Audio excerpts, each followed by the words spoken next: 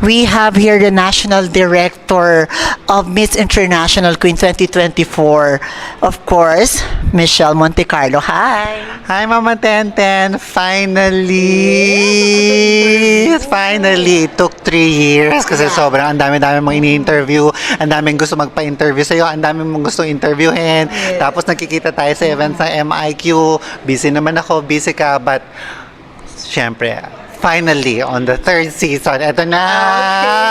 You're getting stronger and better for Miss International Queen, isn't it? Yes po, Mama Tenten. Thank you sa support mo, sa taon-taon support na binibigay mo sa MIQ. Hindi kami sisikat, hindi kami mag-expand kung hindi dahil sa tulong ng mga katulad yung mga pageant vloggers, katulad yung mga social media influencers. Kanya, yes, MIQ is gonna be bigger every year, gonna be stronger every year, and the family is gonna grow every year. Yes, speaking of growing, di ba? You expanded. Ang ganda ng move na and-expand from, di ba, NCR, Calabarzon, we have Europe over there, Mindanao, and di ba, yung ating mga regions, isn't it? What's the reason of all that? What's the reason? Yung totoong reason dyan, Matenten, apart from, of course, hindi na ako I'll be very honest, we are running a business kasabay ng advocacy natin. So, but more than the business side nung pag-expand natin, we thought na ako personally na nakita namin na maraming gustong tumungtong sa entablado ng MIQ Philippines. That's why sabi ko, hindi naman pwedeng kada taon 100 ang candidates. Syempre, bagsakan ka agad sa 25 or 30 lang. So, we thought and we decided that, alright, let's do regionals para ma-experience man lang ng bawat region or ng mga trans sisters natin and trans babies natin na hindi makaluwas sa Manila na makatungtong sa MIQ Philippines kahit na sa regional level man lang. Ayoko siya lang yan kasi nakita naman po natin kung gaano yung at saka yung ginawa ng mga regional directors natin, Mama Tenten, is like pang national level. Kaya pressured ako talaga. Pressured kami nila certain nila Direct Rod kung ano ba yan yung ginawa naman nilang presentation is pang national level. So, going back to your question, the reason why talaga, Mama Tenten, kung bakit na tayo nag-expand, first expansion, we want the brand to be known all over the Philippines and sa lahat ng bansa na merong trans Pinays. Gusto namin mapaalam sa kanila na merong MIQ Philippines. Second, gusto namin ibigay yung experience sa mga ka-trans sisters natin na maging kandidat ng MIQ.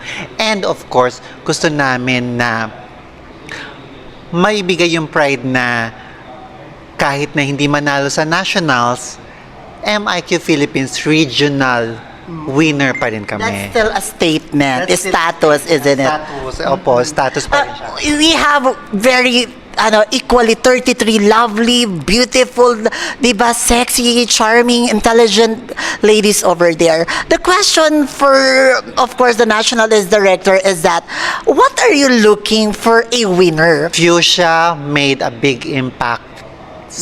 And of course, yung talagang yung standard, siya yung talagang nag-set ng bar na high. Kasi on our first try, as an MIQ Philippines franchise, we brought home the crown after 7 years. So after Fuchsia, naghanap tayo ng kailangan hindi katulad ni Fuchsia. And then, binigyan tayo ni Lord ng, of course, lahat ng kandidata nun pwede. But binigay sa atin si Lars. And Lars was a different personality. So, yung answer sa question mo, we're looking for someone na hindi katulad ni Fuchsia, hindi katulad ni Lars, or maaaring combination ni Fuchsia and ni Lars pero different na tao.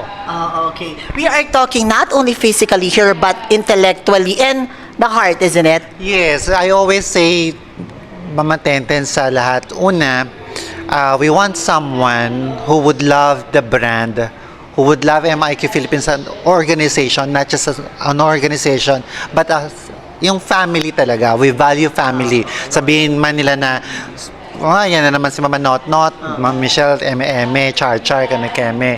But really, we do take seriously yung loyalty sa organization, yung kung gaano mo, kung hanggang saan, kung from where to where mo mamahalin yung organization.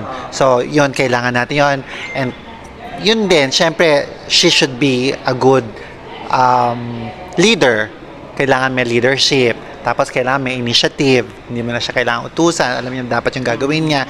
Na kasi nga, ang pagiging reyna, lagi rin namin sinasabi, it's a job. It's a job application. MIQ Philippines po is a job application. Yung every year na pageant natin is It's not just a pageant. Parang it's a responsibility. a vocation. It's a responsibility na pag nakoronahan ka, trabaho po siya. Trabaho siya, mamatente. So, ayun, sana makahanap tayo na equally beautiful and yes, we are looking for someone beautiful because this is a beauty pageant and alam naman po natin yung mga caliber din na mga kalaban natin na mga foreign candidates. Tayo kasi yung standard, meron nga tayong tinatawag na sash factor. Inaabangan tayo kung sino yung papadala natin, ganyan. Kaya naghahanda din sila. What's your message sa ating 33 lovely candidates out there? Marami hindi nila alam itong ating communication, di ba? What's your message? Ang hindi mo pa nasasabi sa ating mga candidates. Ang sa lahat sa ating 33 equally beautiful tsaka na mga leaders at tsaka mga queen leaders natin, galingan nyo lang, be genuine, enjoy. I think isa lang sasabihin ng lahat ng national director, just be yourself. Tapos dagdagan, kumbaga sa pagmamaneho, wag lang primera, wag lang segunda, talagang lalaban na rin lang naman, ibigay todo na, but tapak na sa gas, but do not forget yung reason, bakit ba tayo rin nagpapapageant? At bakit ka ba sumali? Sumali ka kasi gusto mo yung trabaho.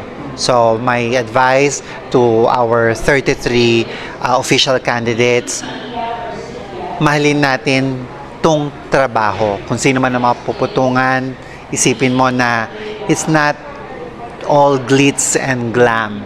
Kasi it's a job, it's a vocation. Yung corona, yun yung symbol niya. So, Just one intriguing question.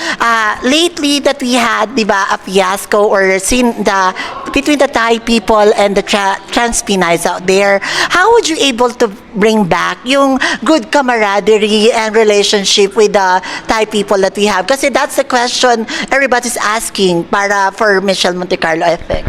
akala ng iba, porke tahimik ka, is wala ka ng statement. Yeah. I'd like to correct that.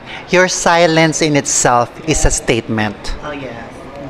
Your being silent means to say na maaaring pag nagsalita ka kasi, maaaring makagulo lalo. Then, might as well be silent.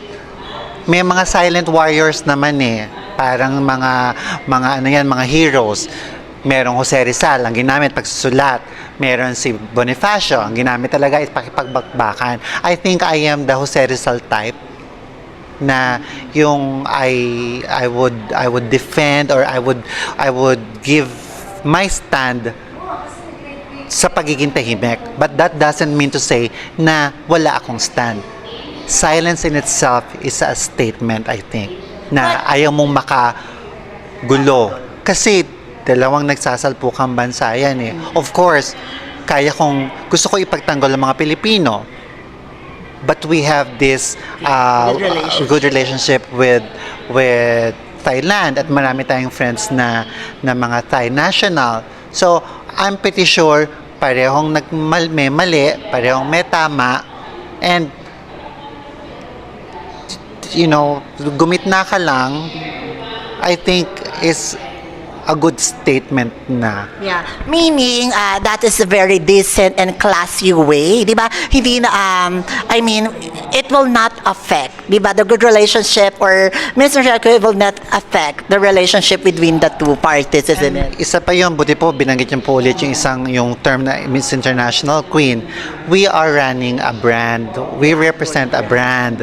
So, pag nagsalita po tayo, nagbigay tayo ng statement, baka isipin ng iba, some may think na it's the opinion of the organization.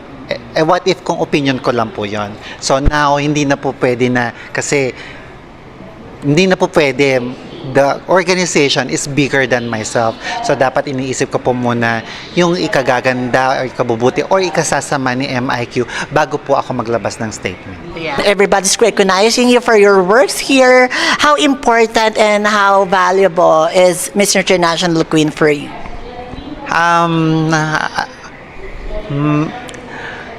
Meron po tayong mga taong hindi, of course, mapapasaya. Meron tayong napapasaya.